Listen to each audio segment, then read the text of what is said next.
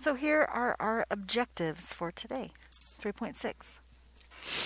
Number 1, solve polynomial inequalities. Number 2, solve rational inequalities.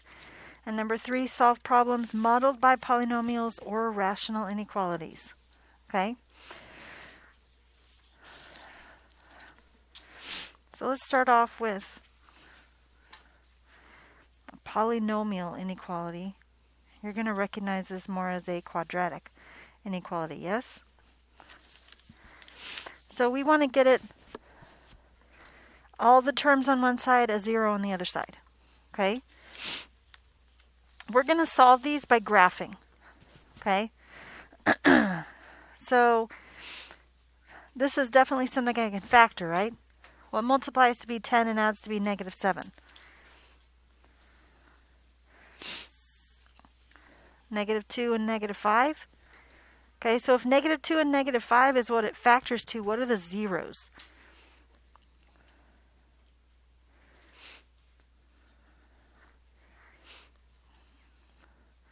X minus 2 and x minus 5 are the factors. What are the zeros? 2 and 5, right? 2 and 5. So if you graph this on your calculator, it's going to look something like this. Okay?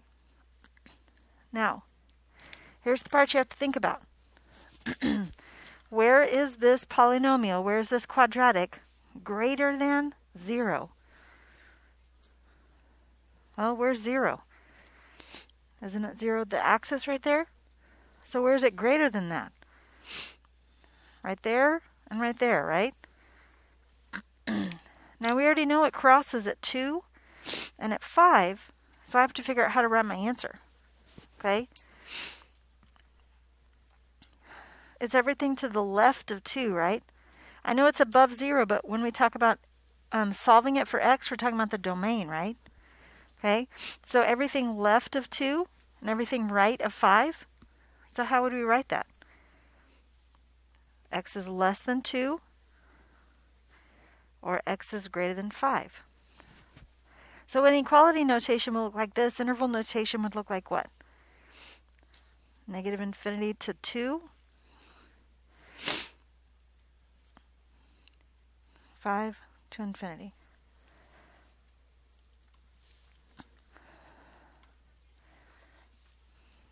Yes or no? Graph it. Get everything on one side. Away from the 0.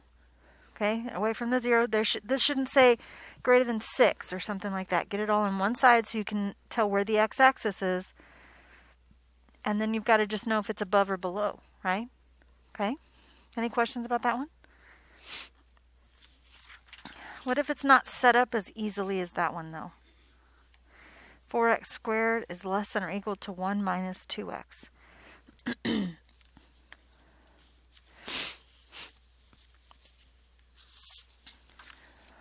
So you want to subtract 1 and add 2x. I'm going to go ahead and put it in order, in standard form, general form, excuse me, as I write it.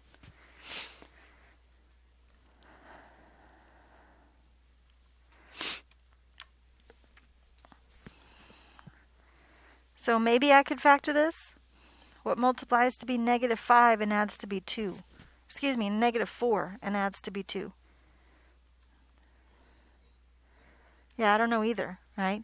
So it would have to be probably quadratic formula that we solve this with, right? Okay.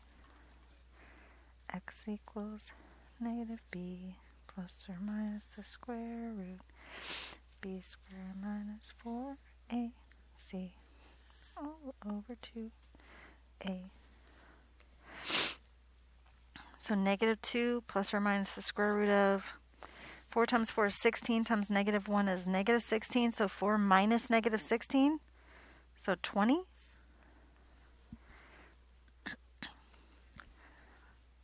What am I trying to find here? What's the purpose of me finding what x equals? What is that going to tell me?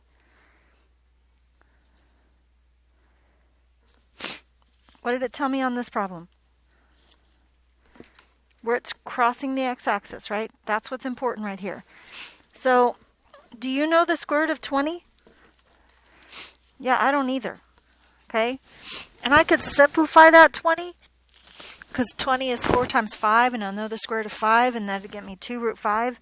But that doesn't tell me what I need to know. Okay?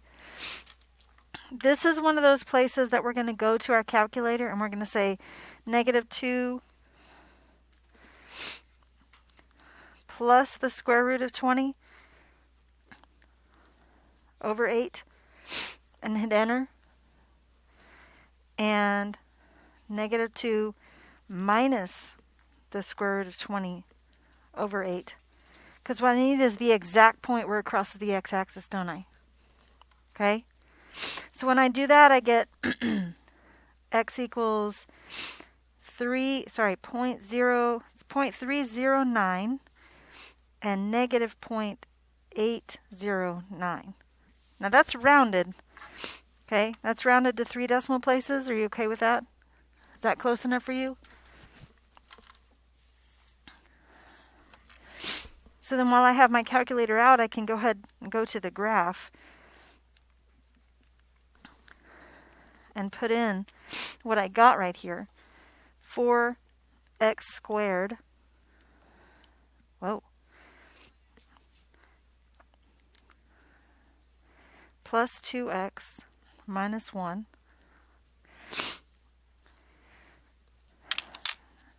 Now I knew that it opened up already, didn't I? Because my leading coefficient was positive.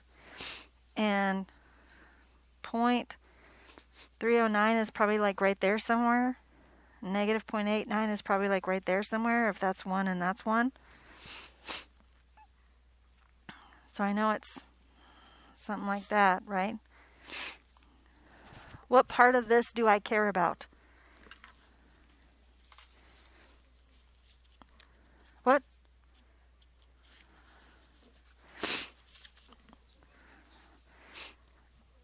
Below the x-axis, right? Because it's less than or equal to 0. So it's this part that I care about. Does that make sense? So I need to say, how do I write my answer? Before it was 2 different parts, because is this 2 different parts or is this just one part? Okay, so I can say negative 0.809 is less than or equal to x is less than or equal to 0.309. Whoop.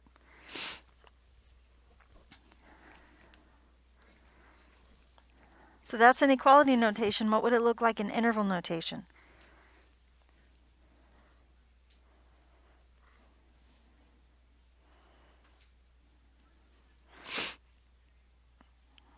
Okay, I agree with that. What are we missing now? Brackets. Why is it brackets? Or equal to, right? Okay. Now, did you notice that whatever sign was in the problem is whatever sign I took here? I don't know if I pointed that out on this example. Whatever sign was in the problem, that's the sign that I took here. And what I mean by that is it's just greater than, so this is just going to be greater than or less than.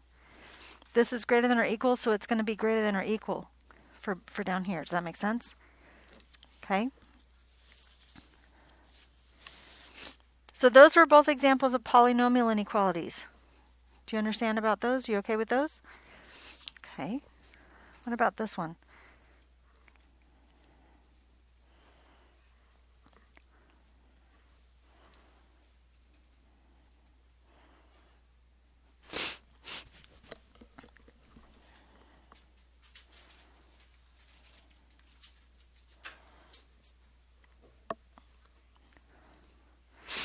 So I know I'm eventually going to have to graph this, right? What's true about the denominator of a fraction? Can the graph exist there? Can the denominator of a fraction equal to 0? No. So let's take the denominator of the fraction and set it equal to 0 on purpose to find out where the graph can't live. Okay? So subtracting 4 from both sides gives me 2x equals negative 4. X equals negative 2. So right here, negative 2 is an asymptote. Yay for asymptotes. Now what? Well, I've got to know what it looks like, right? Turn your calculator on first. That's always helpful. 3x plus 3 over 2x plus 4.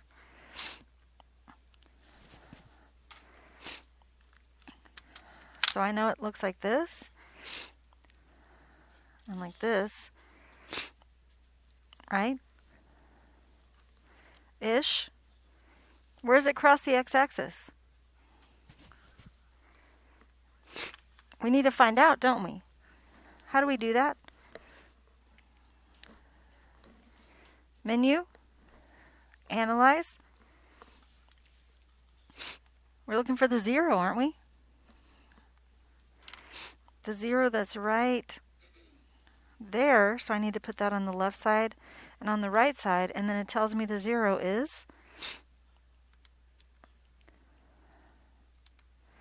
negative 1. So this point is negative 1, 0. Do I need to try to find the 0 on this side over here? Oh, it's not ever going to touch that?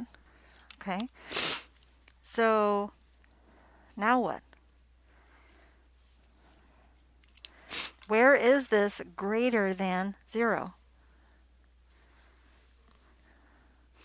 This whole side and that side, right? All that is greater than 0, so I just have to figure out how to write the answer.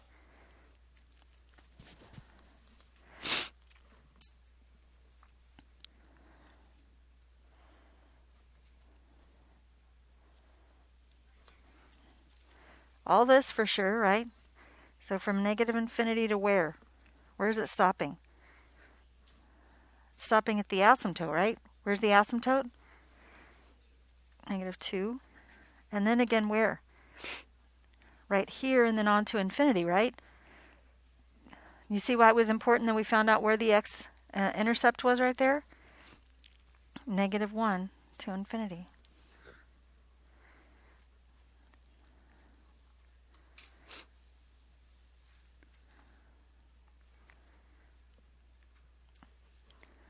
Everybody okay with that? Now I want to do one more. I want to do this one.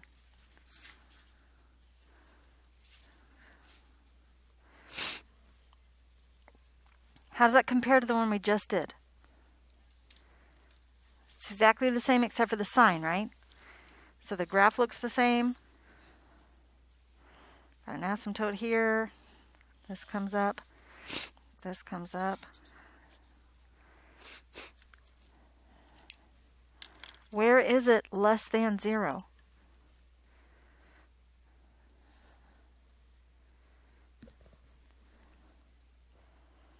Just right there, right? How do I write that as my answer? How far to the left does that go? It's going all the way to negative 2, isn't it? Is it ever going to get to negative 2? No, because there's an asymptote there. And where does it go to? To negative 1, right? That's the x value that it goes to. Does it get to negative 1? Does it?